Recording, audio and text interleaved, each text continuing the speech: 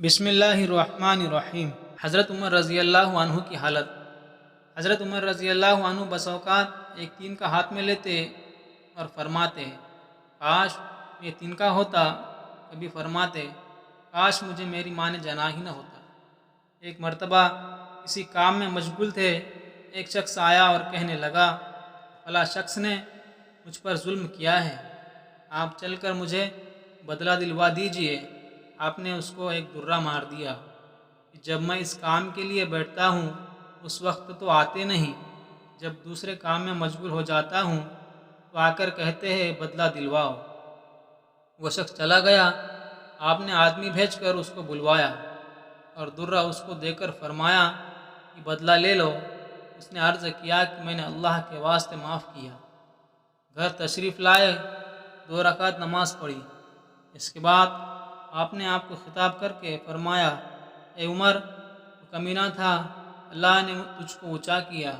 تو گمراہ تھا، اللہ نے تجھ کو ہدایت دی۔ تو ذلیل تھا، اللہ نے تجھ کو عزت دی، پھر لوگوں کا بادشاہ بنایا۔ اب ایک شخص آ کر کہتا ہے کہ مجھے ظلم کا بدلہ دلواؤ تو اس کو مارتا ہے۔ کل کو قیامت کے دن اپنے رب کو کیا جواب دے گا؟ بڑی دیر تک اسی طرح اپنے آپ کو ملامت کرتے رہے۔ آپ کے غلام حضرت اسلم رضی اللہ عنہ کہتے ہیں، میں ایک مرتبہ حضرت عمر رضی اللہ عنہ کے ساتھ حرا کی طرف جا رہا تھا۔ ایک جگہ آگ جلتی ہوئی جنگل میں نظر آئی۔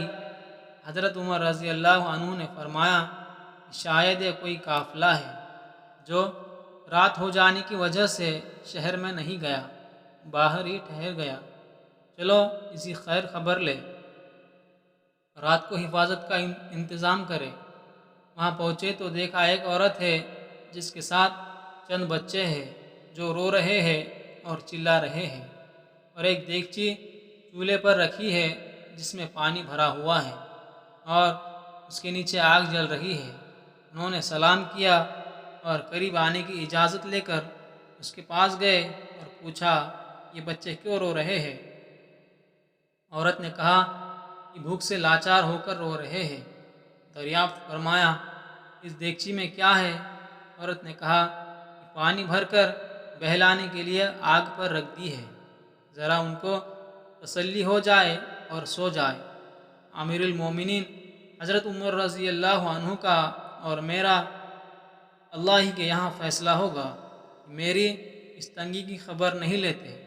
حضرت عمر رضی اللہ عنہ رونے لگے اور فرمایا کہ اللہ تم پر رحم کرے، بھلا عمر رضی اللہ عنہ کو تیرے حال کی کیا خبر ہے؟ کہنے لگی، وہ ہمارے امیر بنے ہیں اور ہمارے حال کی خبر بھی نہیں رکھتے۔ اسلم رضی اللہ عنہ کہتے ہیں کہ حضرت عمر رضی اللہ عنہ نے مجھے ساتھ لے کر واپس ہوئے، ایک بوری میں بیت المال میں سے کچھ آٹا، کھجوریں، چربی اور کچھ کپڑے، درہم لیے، غرض اس بوری کو خوب بھر لیے اور فرمایا، یہ میری کمر پر رکھ دیں۔ میں نے عرض کیا کہ میں لے چلوں؟ آپ نے فرمایا کہ نہیں، میری کمر پر رکھ دیں۔ 2-3 مرتبہ جب میں نے اصرار کیا تو فرمایا، کیا قیامت میں بھی میرے بوجھ کو تو ہی اٹھائے گا؟ اس کو میں ہی اٹھاؤں گا، اس لیے کہ قیامت میں مجھ ہی سے اس کا سوال ہوگا۔ مجبور ہو کر بوری آپ کی کمر پر رکھ دیا۔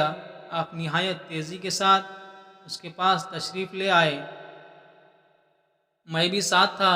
وہاں پہنچ کر دیگچی میں آٹا اور کچھ چربی اور کچھ کھجوریں ڈالی، اس کو چلانا شروع کیا اور چولہے میں خود ہی پھونک مارنا شروع کیا۔ اسلم رضی اللہ عنہ کہتے ہیں کہ آپ کی گنجان داڑھی سے دھواں نکلتا ہوا میں دیکھتا رہا حتیٰ کہ حریرہ سا تیار ہو گیا۔ اس کے بعد آپ نے اپنے دستے مبارک سے نکال کر ان کو کھلایا۔ وہ سیر ہو کر ہنسی کھیل میں مشغول ہو گئے اور جب بچا تھا وہ دوسرے وقت کے لیے ان کے حوالے کر دیا۔ وہ عورت بہت خوش ہوئی اور کہنے لگی، اللہ تعالیٰ تمہیں جزائے خیر دے، تم تھے اس کے اصلی مستحق، بجائے حضرت عمر رضی اللہ عنہ کے، تم ہی خلیفہ بنائے جاتے۔ حضرت عمر رضی اللہ عنہ نے اس کو تسلی دی اور فرمایا، کہ جب تم خلیفہ کے پاس جاؤ گی تو مجھ کو بھی وہی پاؤ گی۔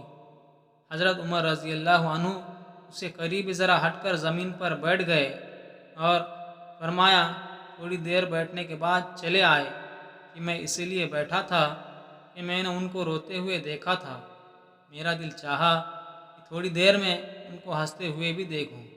صبح کی نماز میں اکثر سورہ کہف، سورہ طہ وغیرہ بڑی صورتیں پڑھتے اور روتے، یہ کئی صفوں تک آواز جاتی۔